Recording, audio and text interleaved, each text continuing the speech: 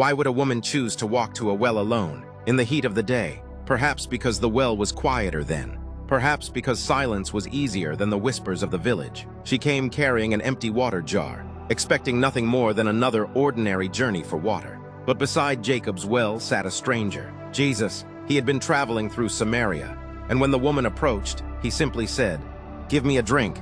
She was surprised. "You are a Jew, and I am a Samaritan woman. How can you ask me for a drink?" Jesus was looking beyond the boundaries that separated them, and then he said something she could not understand. If you knew the gift of God, and who it is that asks you for a drink, you would have asked him, and he would have given you living water. John 4:10. She looked at the well.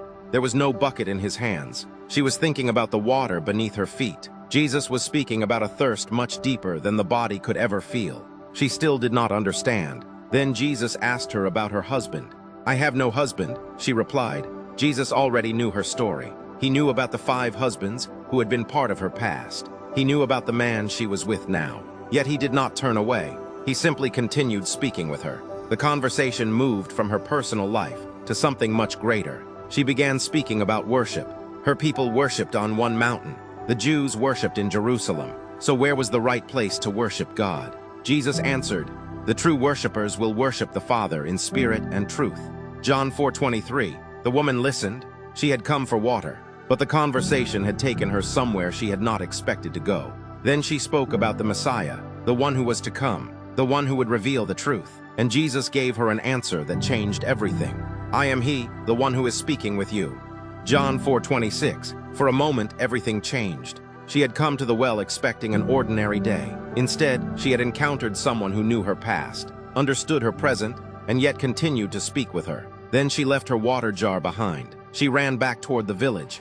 The woman who had chosen the quietest hour to come alone was now calling people to come and see. "Come, see a man who told me everything I ever did." People followed her. They came to Jesus, and many believed, not simply because of what she had said, but because they encountered him themselves. That day, she had come to the well with an empty jar, and a heart carrying years of unanswered questions. She had come alone, but she did not leave alone. She left the water jar behind, and ran toward the very people she had once tried to avoid.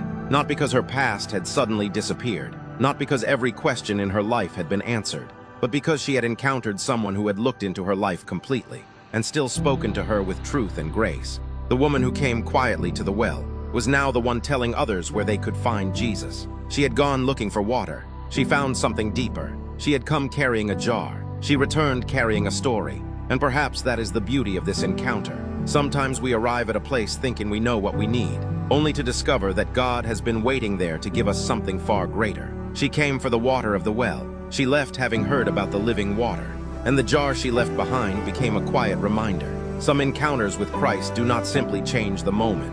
They change the direction of the life that follows.